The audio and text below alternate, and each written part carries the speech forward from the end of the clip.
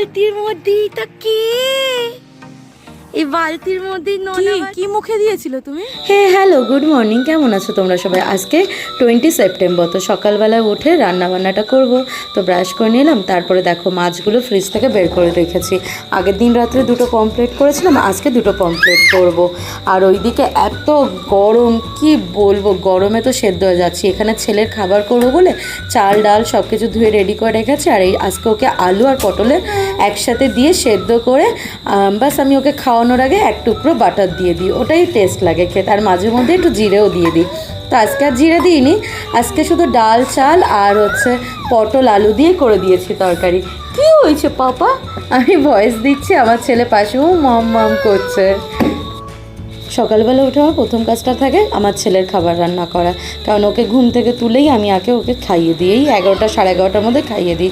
আর আমার এই যে অ্যাপেল সিডার ভিনিগার নিয়ে গরম জলের সাথে আমি জানলা দিয়ে বসে বসে বাইরেটা দেখছি আর অ্যাপেল সিডার ভিনিগারটা খেয়ে নিলাম। তারপর ঘরটা ঝাড় দিয়ে দিলাম। আর এই ঘর ঝাড় দিতে গিয়ে পুরো আমি ঘেমে নে স্নান করে গেছি। জানো না তো তোমাদের ওখানে কাদের কোন কোন জায়গা থেকে এই ভিডিওটা দেখছো বলো, আর তোমাদের ওখানে গরম কেমন পড়েছে সেটাও বলো।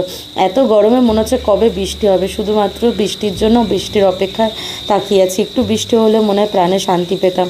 এত গরম আমার সহ্য হয় না। বৃষ্টি তো আমার ভীষণ প্রিয়, শীতের থেকেও বৃষ্টি প্রিয়। তো যাই হোক, এইদিকে আমাদের রান্নাটাও বসিয়ে দিলাম। তো পুচকু উঠে গেছে, উঠে গিয়ে বলছে ফোন দেখবে, শুধু ফোন দেখবে, শুধু ফোন দেখবে, তাই না পাপাটা? বলে টাটা। দেখলেই তো পুচকু উঠে গেছে ঘুম থেকে। এবার পুচকুকে দুপুরের খাবারটা খাইয়ে নেবো। তো চলো তোমাদের সাথে শেয়ার করছি।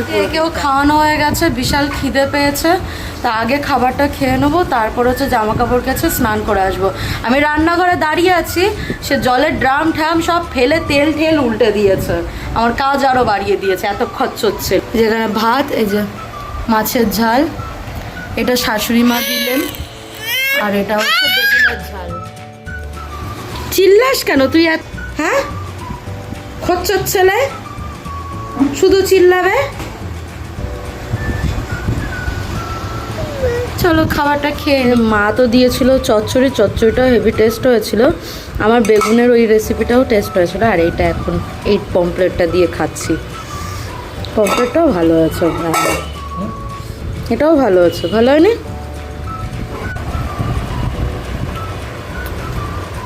ভালো হয়েছে। খেয়ে নিই খাবারটা, খেয়ে দে, অনেক কাজ আছে। জামা কাপড় কাচতে হবে, স্নান করতে হবে। এই দেখো বালতির মধ্যেই তা কে, এই বালতির মধ্যেই নোনা বাচ্চাটা কে, কে এই নোনা বাচ্চাটা জলের বালতির মধ্যে? দেখো স্নান, ডেলি স্নান করার পর এরকম বালতির মধ্যে বসে থাকবে।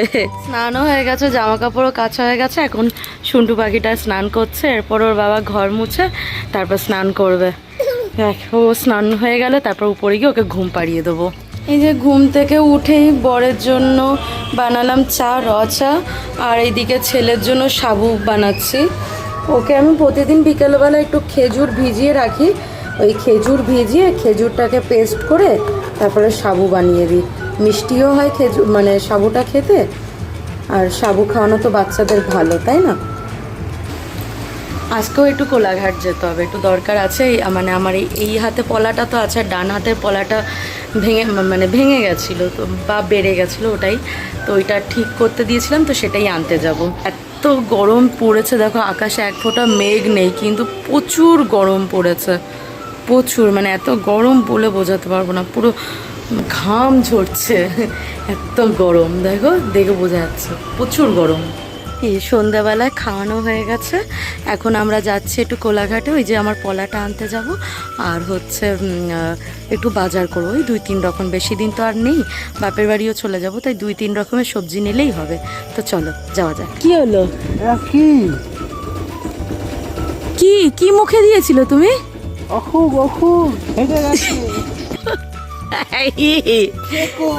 জল খাও গিয়ে, মুখ ধো আগে। আরে ওষুধ খেয়েছিল, সে ঢেকুরের সাথে ওষুধ উঠে এসছে মুখে।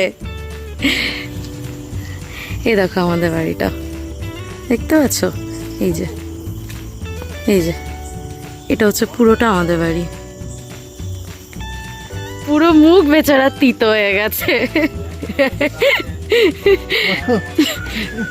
আমাকে বলছে এটা কি, আমি হচ্ছে এটা কি, আমি কি করে জানবো তোমার মুখে কি। চলো যাওয়া যাক।